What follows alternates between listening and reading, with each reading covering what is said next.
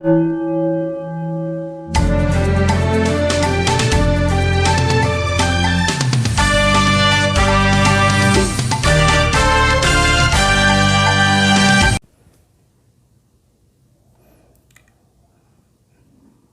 Students, বায়োলজিকা চ্যানেলে তোমাদের আরেকবার স্বাগত।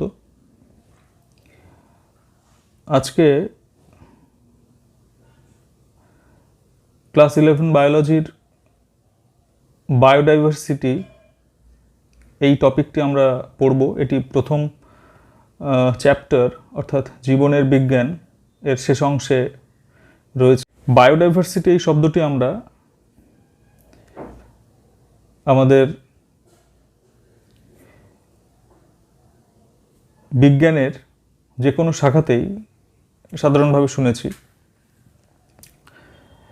বায়োডাইভার্সিটি শব্দটির অর্থ হলো the variety and variability among living organisms and the ecological complexes in which they occur. অর্থাৎ জীববৈচিত্র্য হলো জীবের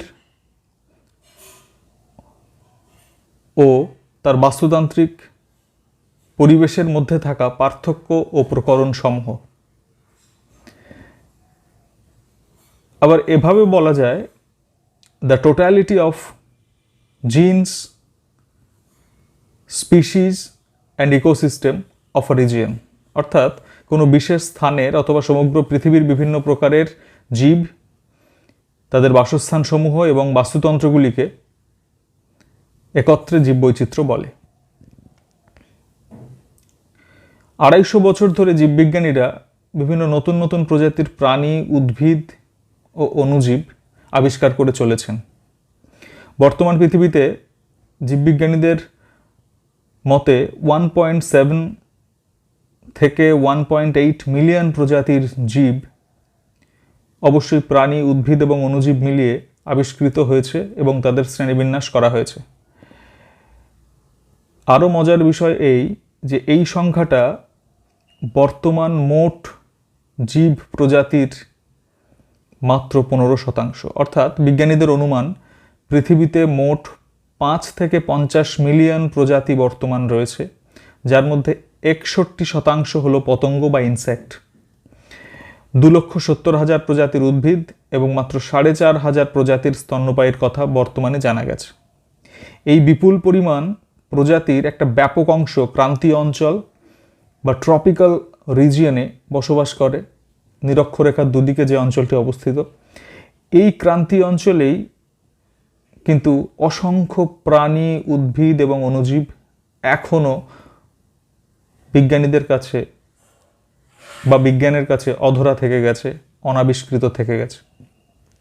সম্প্রতি অতীতে আন্তর্জাতিক স্তরে গৃহীত global biodiversity information facility and species 2000 এই শীর্ষক প্রকল্পে এখনও পর্যন্ত অনাবিষ্কৃত প্রজাতিসমূহের অনুসন্ধান এবং আবিষ্কারের উদ্যোগ নেওয়া হয়েছে।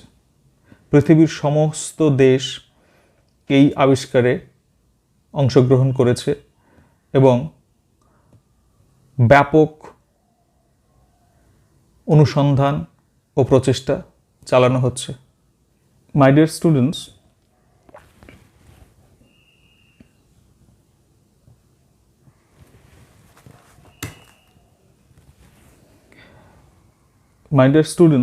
এই ক্লাসের এই সেগমেন্টে আমরা বাস্তুতন্ত্রের বিভিন্ন স্তর বা লেভেলস অফ বায়োডাইভার্সিটি বিষয়টি নিয়ে আলোচনা করব।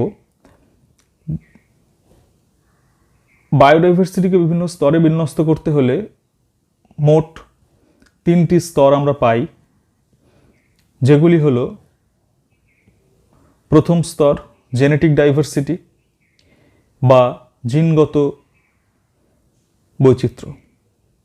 এখানে এক বা একাধিক প্রজাতির মধ্যে বর্তমান বিভিন্ন জিন ও ক্রোমোজোমের সংখ্যাগত ও প্রকরণগত পার্থক্যকে জেনেটিক ডাইভার্সিটি বলা হয়ে থাকে। জিনগত বৈচিত্র্যকে উপপ্রজাতি, ব্রিড, জাতি ইত্যাদি দ্বারাও প্রকাশ করা হয়।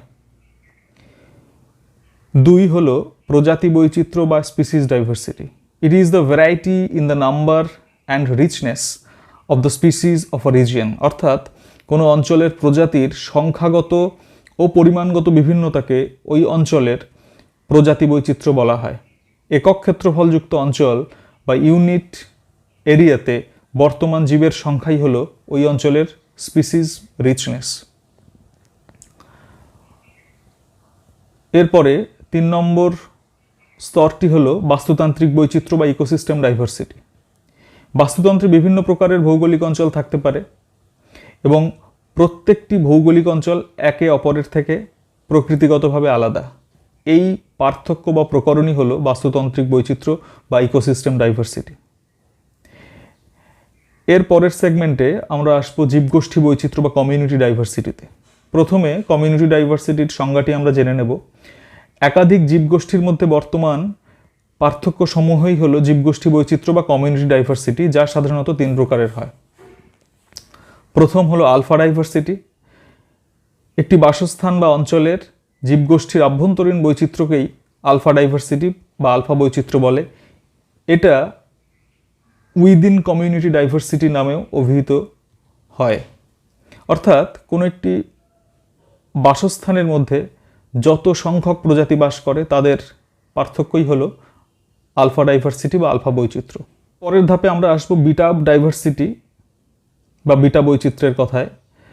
বিটা ডাইভার্সিটি হলো পার্শ্ববর্তী অঞ্চলের বা অঞ্চলগুলির মধ্যে প্রজাতির আদান প্রদানের ফলে অঞ্চলগুলির মধ্যে যে জীবগোষ্ঠী বৈচিত্র্য সৃষ্টি হয়, অর্থাৎ একটি মিশ্র জীবগোষ্ঠীর সৃষ্টি হয়, তাকে বিটা বৈচিত্র্য বলে।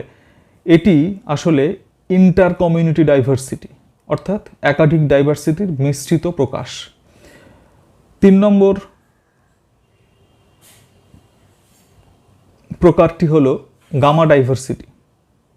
গামা ডাইভার্সিটির সংজ্ঞা হিসেবে বলা যায় একটি বৃহত্তর ভৌগোলিক অঞ্চলের বিভিন্ন বাসস্থানের মধ্যে অবস্থিত সামগ্রিক জীববৈচিত্র্যই হলো গামা ডাইভার্সিটি, অর্থাৎ এটি একটি বৃহত্তর ক্ষেত্রের জীববৈচিত্র্যের সামগ্রিক বহিঃপ্রকাশ।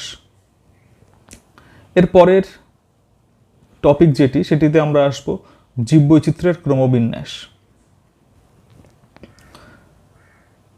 তোমরা জানো পৃথিবীর ভৌগোলিক অবস্থান এবং পার্থক্যের উপর ভিত্তি করে জীববৈচিত্র্যের ক্ষেত্রেও ব্যাপক তারতম্য পরিলক্ষিত হয়। এটিকে আমরা 3টি পয়েন্টে বর্ণনা করতে পারি। উচ্চ অক্ষাংশ থেকে নিম্ন অক্ষাংশে জীববৈচিত্র্যের ক্রমবৃদ্ধি ঘটে, অর্থাৎ আমরা যত উচ্চতর অক্ষাংশে যাই জীববৈচিত্র্য ধীরে ধীরে হ্রাস পেতে থাকে এবং সমুদ্র সমতলের যত কাছাকাছি আসতে থাকবো জীববৈচিত্র্য তত বৃদ্ধি পেতে থাকে। 2, মেরু অঞ্চল থেকে ক্রান্তীয় অঞ্চলের দিকে বা নিরক্ষীয় অঞ্চলের দিকে আমরা যত আসব, নিরক্ষরেখার যত কাছাকাছি আসব, জীববৈচিত্র্য তত বৃদ্ধিপ্রাপ্ত হবে।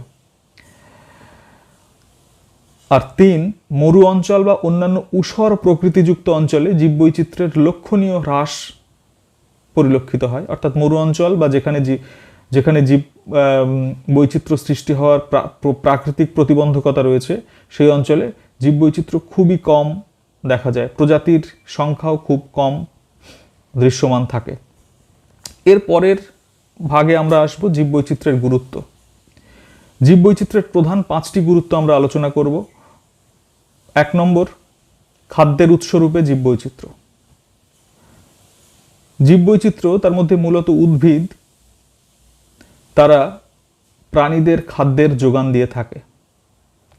উদ্ভিদ থেকে আমরা বিভিন্ন খাদ্যবস্তু, খাদ্য উপাদান, ফসল, খাদ্য সামগ্রী, শস্য প্রভৃতি লাভ করে থাকি, যা মানুষ এবং অন্যান্য প্রাণীরা সেখান থেকে জীবন ধারণ করে থাকে।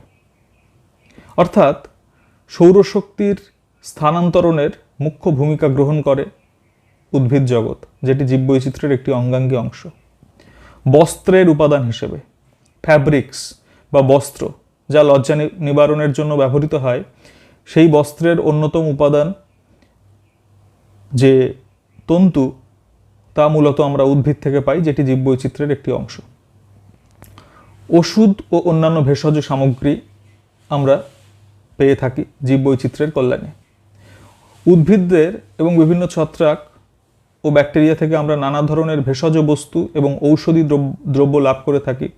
উদাহরণ হিসেবে বলা যায় সর্পগন্ধা গাছ থেকে রেসারপিন, পেনিসিলিন নামক অ্যান্টিবায়োটিক, পেনিসিলিয়াম নোটেটাম নামক একটি ছত্রাক থেকে উৎপন্ন হয়েছে,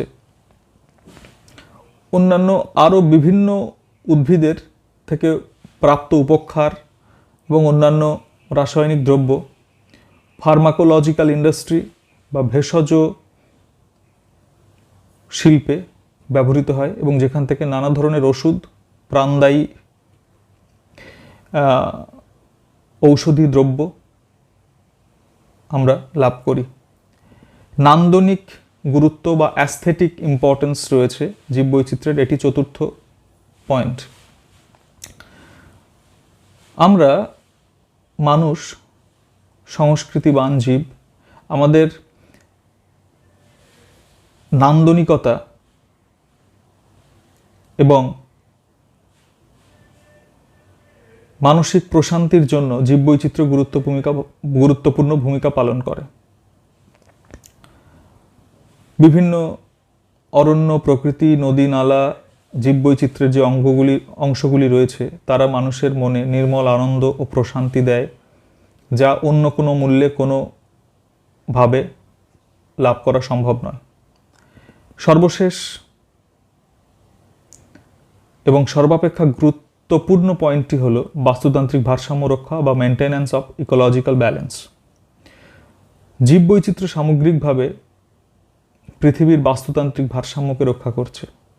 জীববৈচিত্র্যের উপাদানের কোনো একটির অনুপস্থিতি এই বাস্তুতান্ত্রিক ভারসাম্যকে সম্পূর্ণ ধ্বংস করে দেবে এবং যা পৃথিবীর জীবজগতের অস্তিত্বকে সম্পূর্ণভাবে বিলুপ্ত করবে। অর্থাৎ জীববৈচিত্র্যের প্রতিটি উপাদানের অস্তিত্ব অন্য সমস্ত উপাদানের অস্তিত্বকে টিকিয়ে রেখেছে।